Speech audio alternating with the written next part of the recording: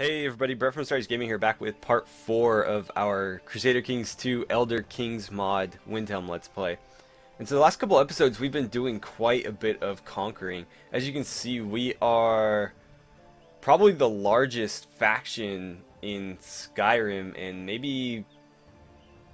and probably one of the largest overall outside of like maybe Morrowind and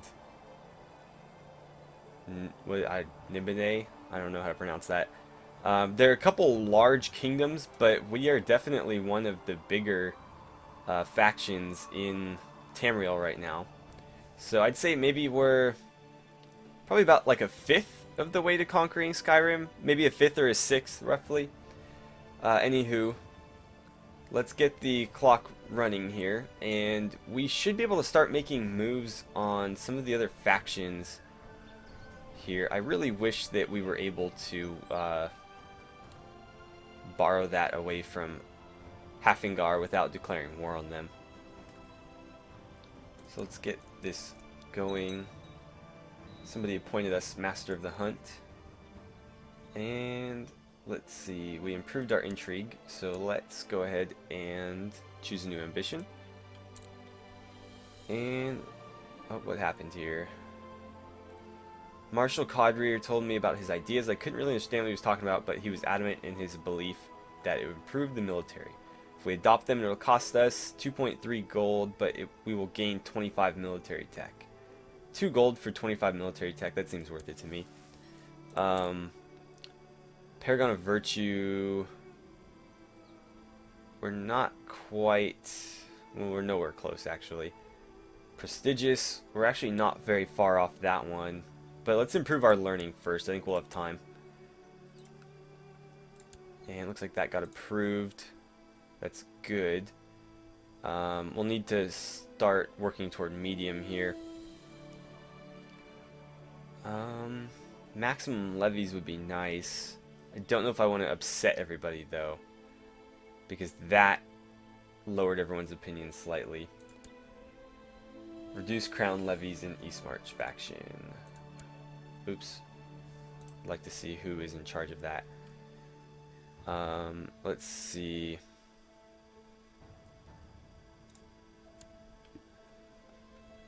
Thane Asgrim of Ironbind. Where is Ironbind? Right here.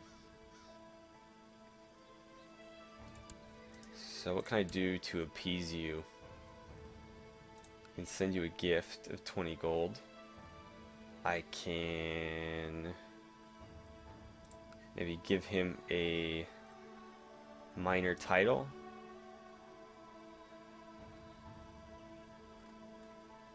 Honors.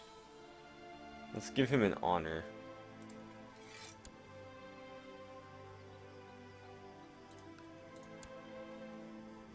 Maybe that'll pacify him for now.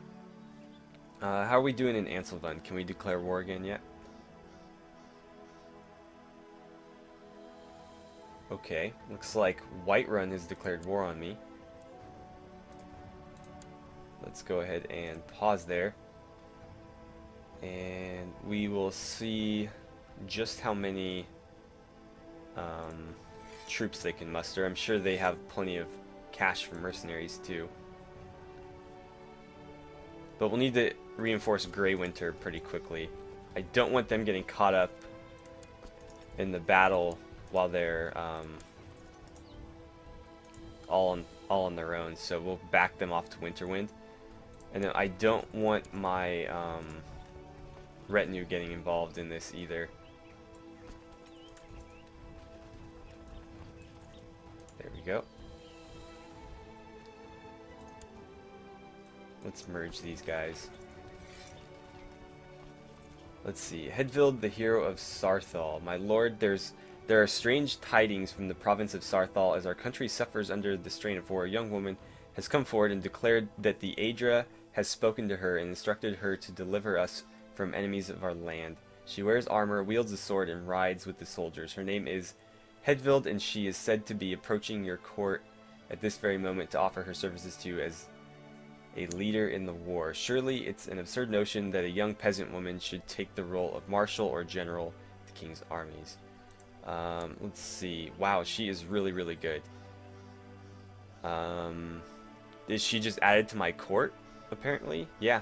Okay, cool. Let us receive her and see what she can do for us.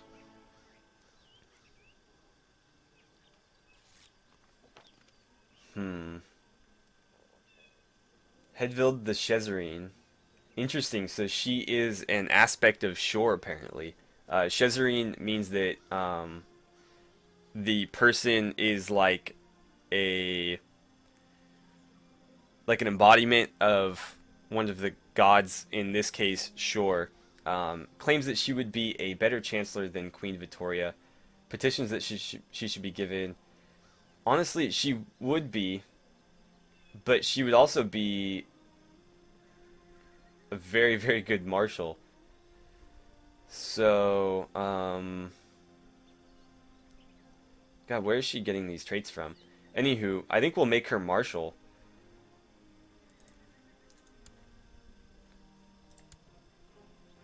Jeez. I want to give her...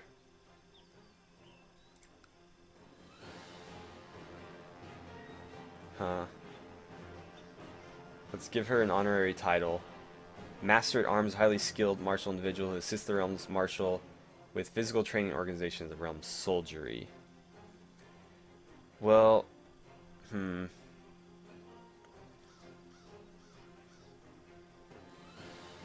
let's give her the title of Swordmaster. We'll make her marshal, and then we'll give our current marshal Master at Arms.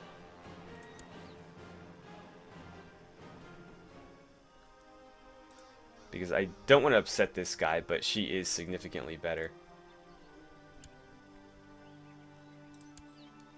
Okay, and we'll have her training troops in the capital.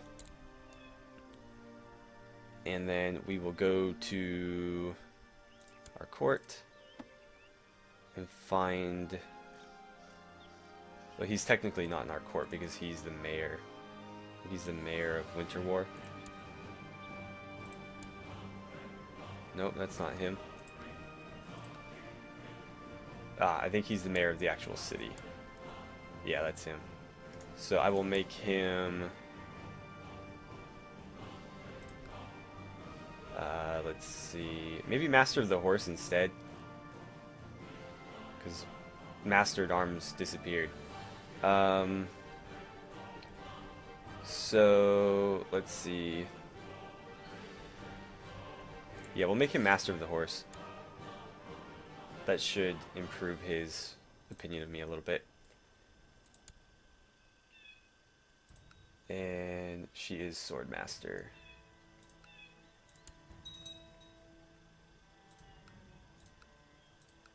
Okay. And what happened here? Okay, so the Seniority Succession faction disbanded. That's good. I wish I had a son old enough to marry to her. And she's about 8 years older than him. I caught my young ward, Princess Karita, torturing a rat behind the stables today. We should probably talk to her about kindness. I don't want her to be cruel.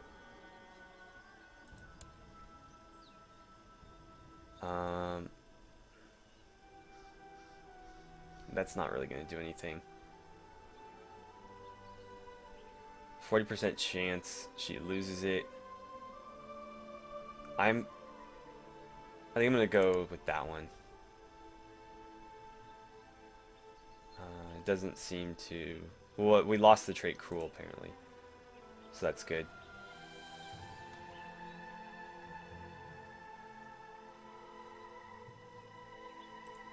Now, I don't think we really get anything other than prestige from winning this. Oh, my Spy Master died. That's no good. Let's see. The lady almost ran me down as I entered the hall. Tearfully, she told me that my son, Thonir, had insulted her again. So he's honest. Let's look at his stats. He's not getting a lot of good traits. Let's see. Honest. -2 intrigue, +3 diplomacy. That's fine. He's got plenty of intrigue as it is. We need the diplomacy for him. And then we need a new spy master. So I guess we'll give it to the Thane of Greywinter. And we will have him scheme in the capital, I guess. Actually, I probably should have had him scheme wherever this guy was. But oh well. He's not causing a lot of trouble right now.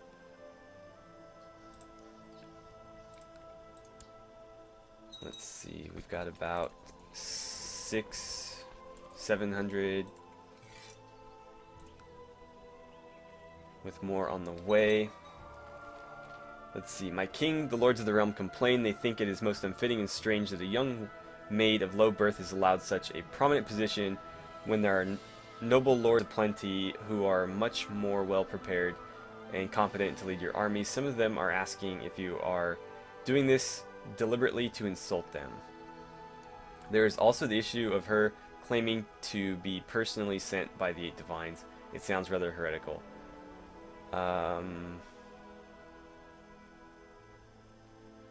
Why would we want to put her on trial for heresy? She's obviously very good and completely competent. And it's not like she's claiming to be sent by someone other than the 8 divines. I mean, she obviously believes in them. Okay. So he died. And let's see, Mistwatch. Oh, so he's also the Lord of Winter War. Okay. Well then, it looks like they are starting to march on Greywinter. And they actually have more troops than I thought they'd be able to come up with. They might be able to match us in troop strength. So we'll probably need to call on some mercenaries. Unfortunately, they're going to have to march all the way from Windhelm, so that kind of sucks, but we do need them.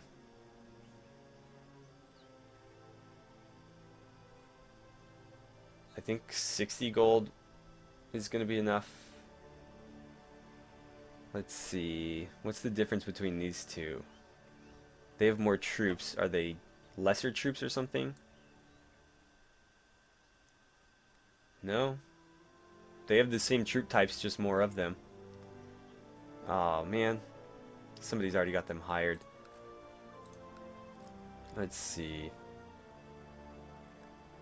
The Bretonian Pilgrims, the Ditch Diggers are all Nords.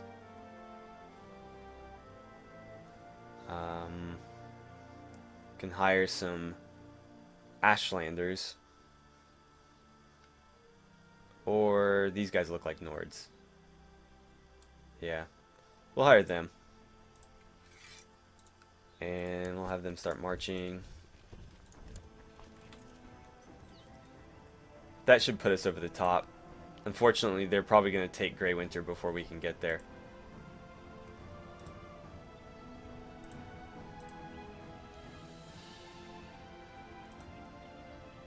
Intrigue. Let's see. We don't really have anything going on here.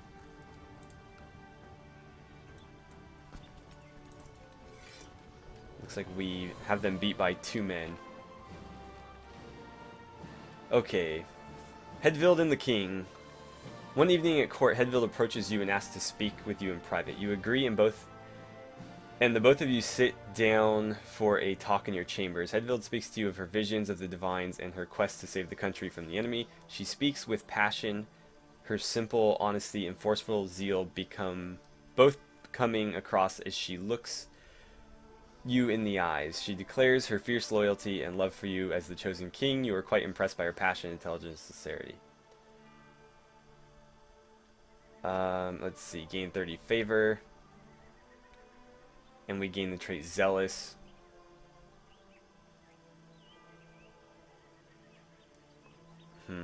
Let's take the favor, because we have plenty of prestige. And then, what will Zealous give us? I don't remember, I think it gives us some martial skill. Anywho, let's take that one. Now we are Zealous, so that gave us +2 martial skill. Let's see. My lord, you are the highest and also the wisest man in the realm. The divines shall guide you through me, and the people shall be saved. With the sword of righteousness in my hand, guided by your wisdom and the will of the divines, we will be victorious. So shall it be. Okay, I'm going to pause here because we got a lot of stuff happening. I don't know who Pelf is, but we're going to tell her to slow her roll. Let's see. Torval wants to kill somebody. We're going to tell him to slow his roll. And let's see. Magister of Morvenskar wants to seduce somebody. That's fine. She's single. Do whatever she wants.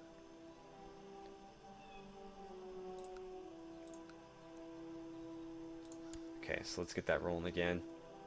Hopefully these guys can get here pretty soon. What's happening down in Snowgrad? It looks like... Oh, the Rift is taking it back. That's good. I'd rather deal with the Rift than Solitude. Well, I mean, honestly... What's happening there? Oh, they're having a revolt. Maybe dealing with Solitude would have been better, but... I don't know. It won't matter. Okay, so we lost that one. They should be here any second, though, as soon as this auto saves. And then we should have more than enough troops to crush them, especially with the amount of martial skill that we have. Who is our current leaders? Why are you leading an army?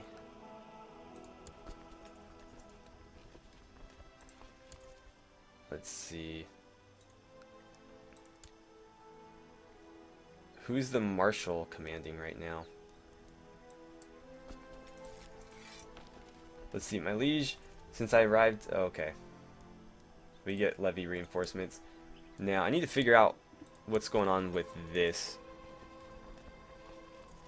Okay, it looks like the mercenary captains are going to lead it. That's better than the other chick, although I prefer if our marshal led them. But it doesn't look like I have a choice. So, we will march them in. Are they trying to go here? We'll cut them off. Okay, they're going to stop. We'll head right for them. Let's see. Hedvild and the common folk. The entire country is boiling with rumors and gossip of Hedvild, the humble country girl who rose to become a trusted servant of the king. Hope of defeating the realm's enemies is blossoming, and peasants everywhere are celebrating this fantastic tale of a virgin savior from the humblest ranks of society. She is truly a legend in her own time. Okay, so hopefully this doesn't blow up in our face, but so far it seems like the populace is really inspired, although the nobles aren't too pleased by it.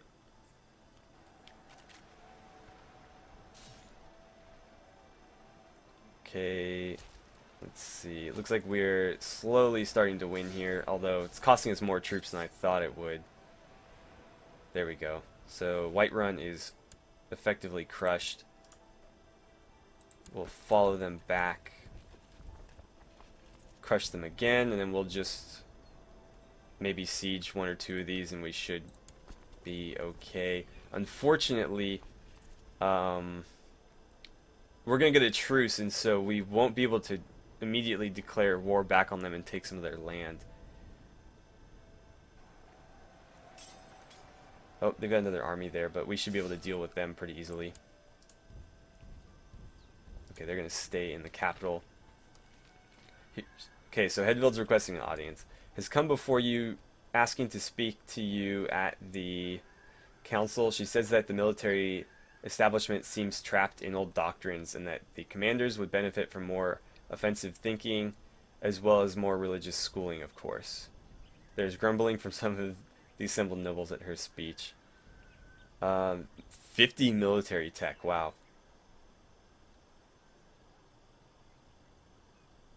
Let's just keep rolling with it. I mean, it definitely seems like a blessing now. It could come back to bite us, but I'm not going to turn away 50 military tech points.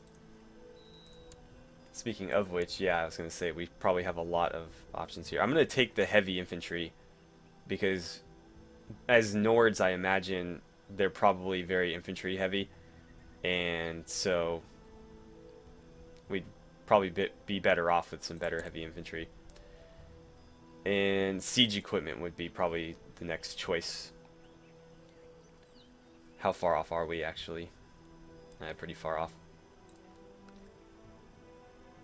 Okay, so let's crush their remaining armies, and then I don't think we'll bother trying to siege the capital because it might take a while. Well, maybe not. My son Thanir lacks all passion and ambition, perfectly content with his lot in life.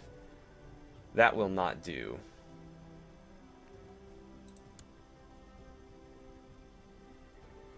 Yeah, we don't want him to be content. Actually, what else does that do? Diplomacy. Actually, that might be okay. Just because if he's only going to lose 1 point in intrigue, I'd prefer to have the diplomacy, the stewardship, and the learning.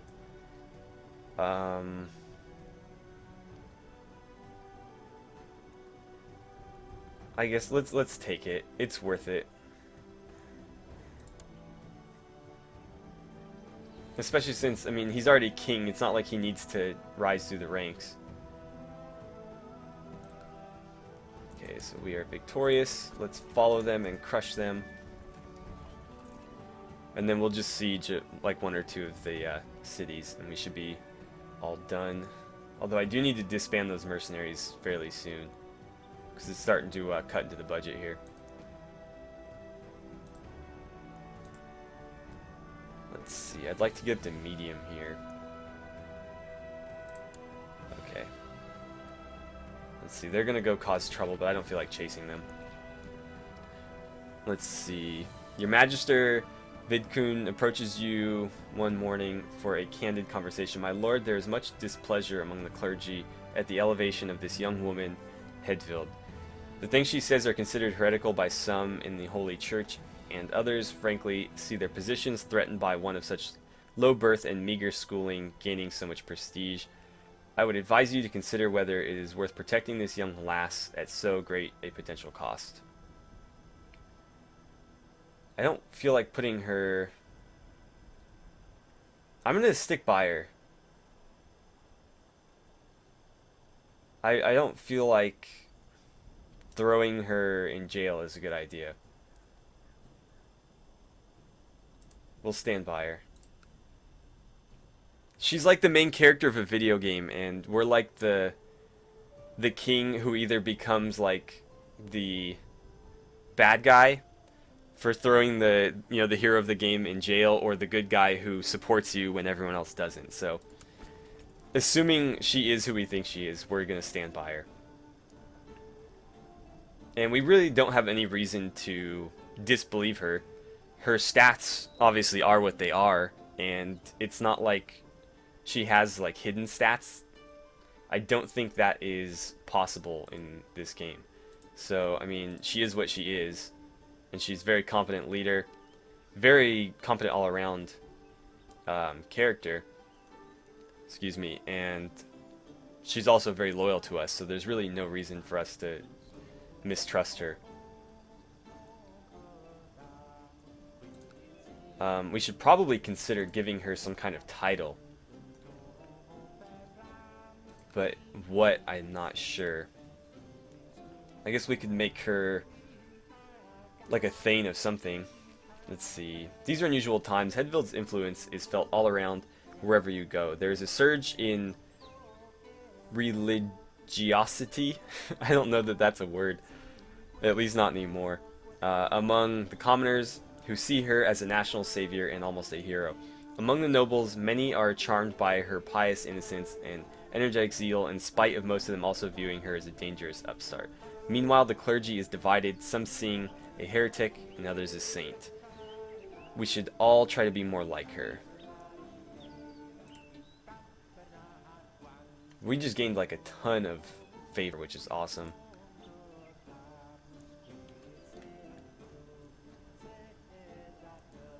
Let's see. I mean, this war really couldn't have gone better for us, so I don't know if we have her to thank for that or just us being in better position than Whiterun, but it definitely went in our favor, and so maybe the gods are on our side. If my opinion ruled, the world would be a more chaotic but fun place. If I keep following the laws, the world would have less chaos but also be less fun. Justice should always prevail. Yeah, we want to be just. We don't want to be arbitrary. Treating people fairly and providing justice is my duty. I've gained the trait just. And so we lost some of our intrigue, but we gained some stewardship and some learning. So we'll need to improve our intrigue again. What are they trying to do? I don't think there's anything that they can successfully siege. Yeah, I really don't think there is. So they can just go cause trouble. He might be surrendering here. Seniority 6. You guys and your damn seniority thing. I don't see how it matters. My son's the only one who can inherit. I'll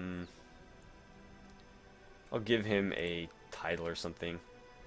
Let's give him honors.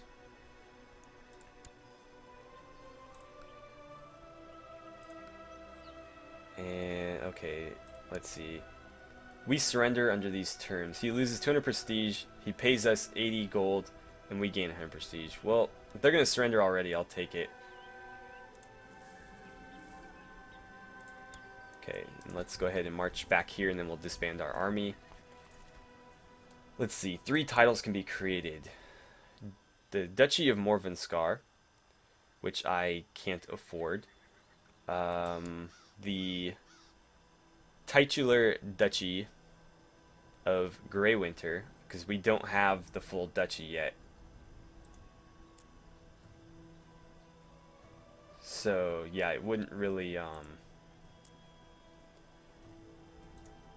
function as a full duchy yet. But again, we can't afford it. Wow, that is really expensive. And then, but that would actually give us de jure claims on the rest of the duchy. And then the same thing, but in Sarthal, which again would cost us a lot, but it would give us de jure claims on the rest of the duchy. It'd be nice if you guys would double time it so I can disband those mercenaries. I'm tempted to go small feudal taxation. A common girl from Sarthal. Your Chancellor, Vittoria, I'm not even going to try to pronounce her last name, Ossician, comes to see you, a look of worry on her face. She explains that there are increased grumblings among the nobles regarding the position of your protege, Hedvild. Many of them refuse to accept that a lowborn woman from Sarthal, however competent and pious, be continuously given so many privileges normally reserved for nobility. It sets a bad example for the peasants and may cause unrest they fear.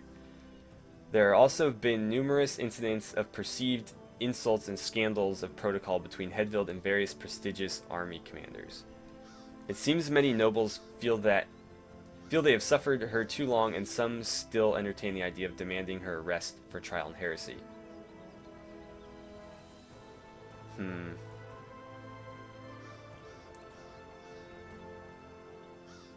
Maybe we should tell her to rein in a bit.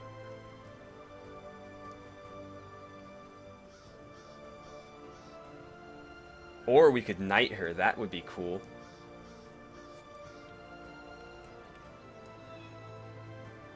Yeah, let's knight her. She becomes a member of the Arorano family, and there's an event. So yeah, let's go ahead and knight her and see what happens. And then I'm thinking about going to a small feudal tax, but I should probably wait until my people are less, or my nobles are less upset with me. This kid's not doing so great, which is unfortunate. He's also an imperial. He took after his mother, which is interesting because our son and our daughter are both Nords. Okay, Karita asks, since we all die anyway, why to be so hassled about life? We don't want her to be cowardly. We don't want her to be temperate. Actually, temperate's not so bad. We don't want her to be lustful or gluttonous. So let's go with this one, and temperate would be good. Chaste, not so good, but this is the only positive trait out of the 4, so... Oh, good, she got temperate. She's actually shaping up to be better than our heir is.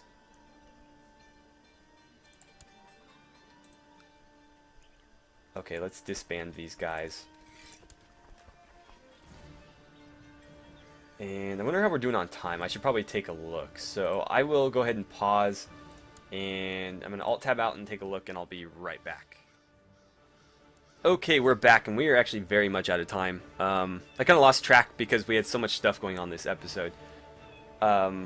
So I guess we'll break the episode off here, since we're over the 30-minute mark. And it seems, I guess this is a decent place to cut it off, considering all the major events just ended. So, as always, thank you guys for watching. Don't forget to like and subscribe if you haven't already. And please feel free to share my videos however you guys see fit. And I will see you back here for part 5 of the part 5 of our Crusader Kings 2 Elder Kings mod Windhelm Let's Play.